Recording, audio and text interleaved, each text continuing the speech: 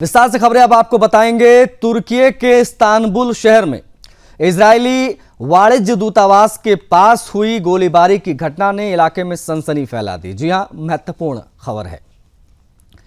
शुरुआती जानकारी के अनुसार इस घटना में 3 लोगों की मौत हो गई, जबकि 2 पुलिस अधिकारी भी घायल बताए जा रहे हैं। यह घटना इस्तांबुल के बेसिकटॉस इलाके में स्थित इजरायली वाणिज्य दूतावास के पास हुई, जहां पहले से ही सुरक्षा के कड़े इंतजाम रहते हैं। रिपोर्ट के मुताबिक गोलीबारी के दौरान पुलिस और हमलावरों के बीच करीब 10 मिनट तक मुठभेड़ चली। तुर्की मीडिया संस्थानों के अनुसार मारे गए तीनों लोग हमलावर थे। सुरक्षा बलों ने जवाबी कार्रवाई करते हुए उन्हें मार गिराया। इस दौरान 2 पुलिसकर्मी भी घायल हो गए, जिन्हें तुरंत इलाज के लिए अस्पताल में भर्ती कराया गया। सूत्रों के मुताबिक एक हमलावर को जिंदा गिरफ्तार भी किया गया, जो मुठभेड़ के दौरान घायल हो गया था। घटना का एक वीडियो भी सामने आया है, जिसमें एक पुलिस अधिकारी को अपनी बंदूक निकालते और गोलीबारी से बचने की कोशिश करते देखा जा रहा है। वहीं एक व्यक्ति खून से लथपथ हालत में दिखाई दे रहा है। तुर्की के न्याय मंत्री हैं अकिन गुरलेक, इन्होंने घटना की पुष्टि भी कर दी है। पुष्टि करते हुए कहा है कि मामले की गहनता से हम जांच करेंगे। उन्होंने बताया कि सुरक्षा एजेंसीज ये पता लगाने में जुटी हैं कि हमले के पीछे का मकसद क्या था और क्या दूतावास को सीधे टारगेट बनाने की कोशिश थी या नहीं। फिलहाल यह स्पष्ट नहीं हो पाया है कि हमलावरों का असली लक्ष्य इजरायली वाणिज्य दूतावास था या एक गलत घटना थी। हालांकि सुरक्षा एजेंसियां हर एंगल से जांच कर रही हैं। गौरतलब है कि गाजा युद्ध के बाद तुर्की और इजरायल के रिश्तों में काफी तनाव आ गया था। तुर्की ने गाजा में इजरायल की सैन्य कार्रवाई की खुलकर आलोचना की थी। इसी तनाव के चलते इस्तांबुल स्थित इजरायली वाणिज्य दूतावास पिछले लगभग 2 वर्षों से बंद बताया जा रहा है। स्थानीय लोगों के अनुसार दूतावास में लंबे समय से कोई इजरायली राजनयिक नहीं था, लेकिन सुरक्षा के लिहाज से वहां पुलिस की भारी तैनाती रहती है। खासकर 2023 में इजरायल हमास युद्ध शुरू होने के बाद से इस इलाके में सुरक्षा और कड़ी कर दी गई है। घटना के बाद पूरे इलाके को घेर लिया गया है और अतिरिक्त सुरक्षा बल तैनात कर दिए गए हैं। पुलिस आसपास के इलाकों में तलाशी अभियान चला रही है ताकि किसी भी संभावित खतरे को रोका जा सके। इस गोलीबारी की घटना ने एक बार फिर से क्षेत्रीय सुरक्षा को लेकर कई सवाल खड़े कर दिए हैं। पहले से तनावपूर्ण माहौल के बीच इस तरीके की घटनाएं चिंता को और ज्यादा बढ़ा देती हैं। फिलहाल जांच की बात हो रही है। इस्तांबुल में इजरायली दूतावास के पास गोलीबारी से संबंधित ये खबर, इसमें 3 हमलावर ढेर कर दिए गए, 2 पुलिसकर्मी भी घायल हुए हैं। कुछ एक वीडियोस भी सामने वायरल हो रहे हैं।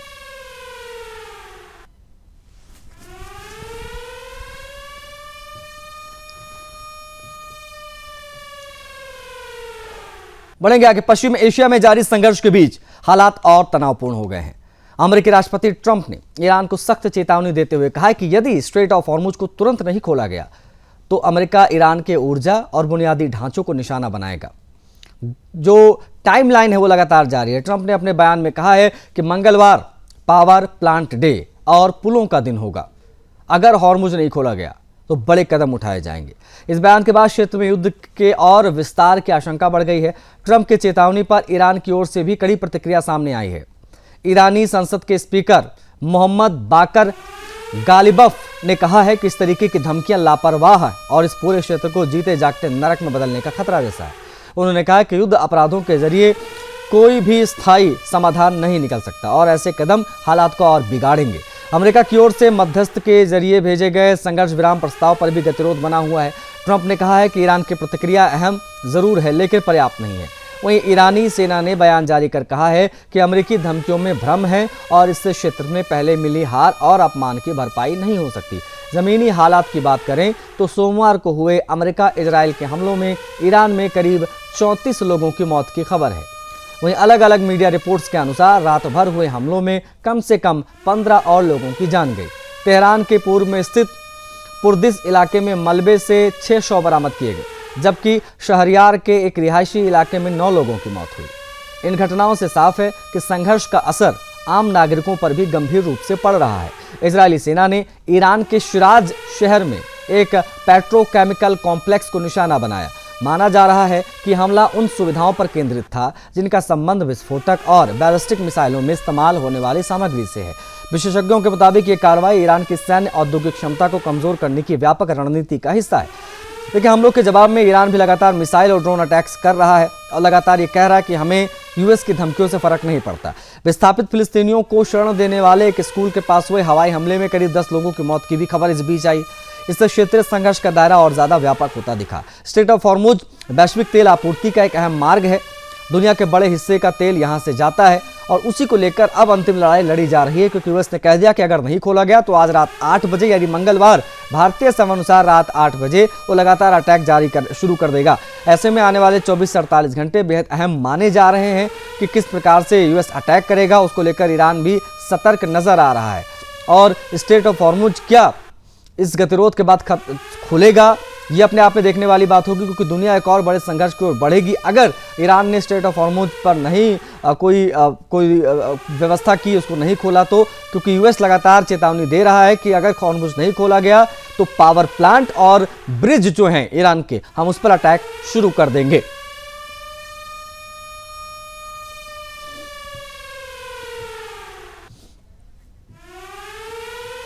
अमेरिका के राष्ट्रपति डोनाल्ड ट्रंप ने ईरान के साथ बढ़ते सैन्य तनाव के बीच अपने पारंपरिक सहयोगी देशों पर बेहद तीखा हमला बोला।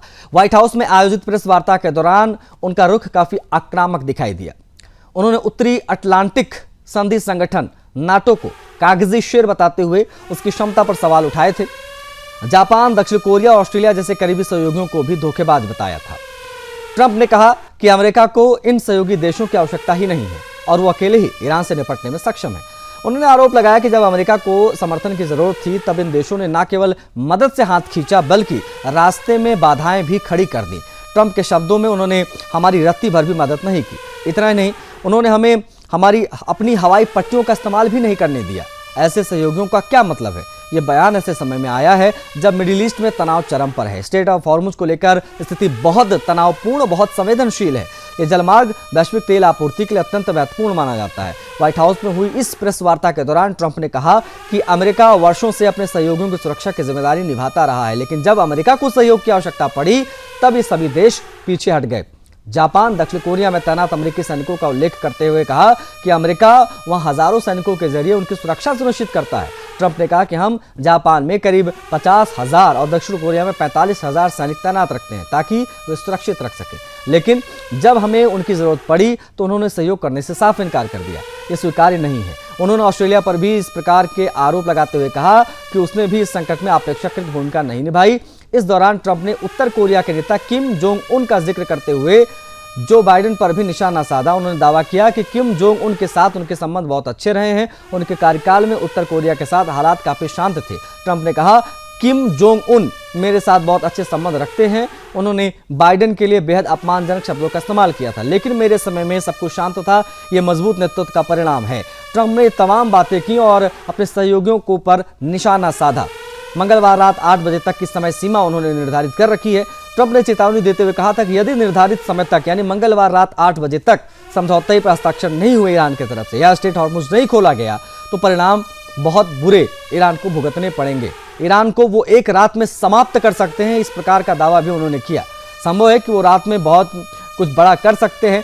ट्रंप के इस बयान से अंतर्राष्ट्रीय स्तर पर चिंता लगातार बढ़ी हुई है। जानकार जो है वो कह रहे हैं कि इस प्रकार की आक्रामक भाषा से स्थिति और बिगड़ेगी, क्षेत्र में बड़े सैन्य संघर्ष का खतरा पैदा होगा और सारे देशों की इसमें इन्वॉल्वमेंट हो सकती है। अर्थव्यवस्था पर बड़ा असर पड़ेगा। इस घटनाक्रम ने स्पष्ट कर दिया है कि अमेरिका अब अपनी विदेश नीति से अधिक सख्त और एक तरफा रुख अपना सकता है। आने वाले दिनों में यह देखना महत्वपूर्ण होगा कि ईरान के साथ कोई कूटनीतिक समाधान निकलता है, ये टकराव और ज्यादा बढ़ता चला जाएगा।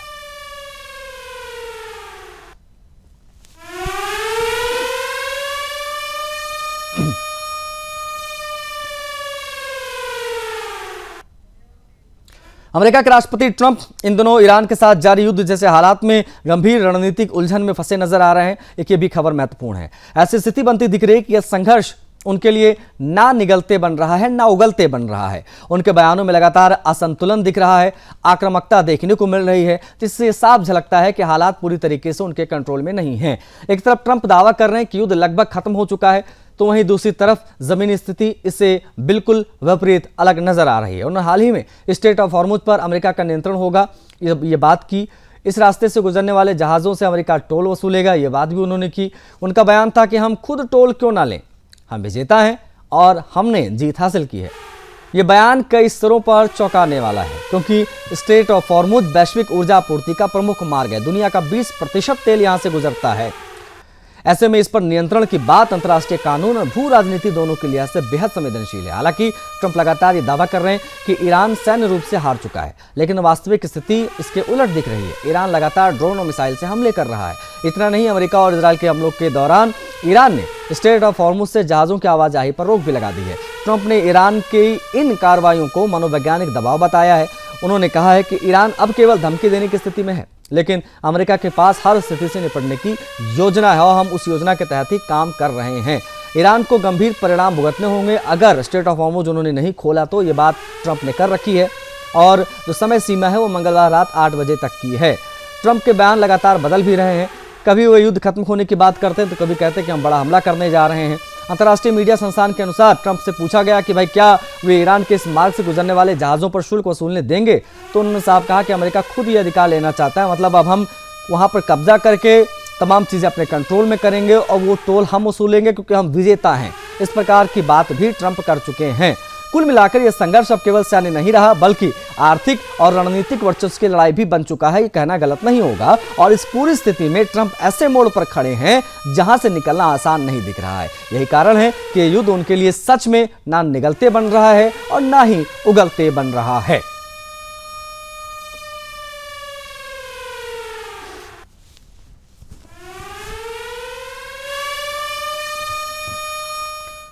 बढ़ेंगे आगे। ईरान और पश्चिमी देशों के बीच बढ़ते तनाव के बीच अब एक बड़ा कूटनीतिक मोर्चा खुल गया है।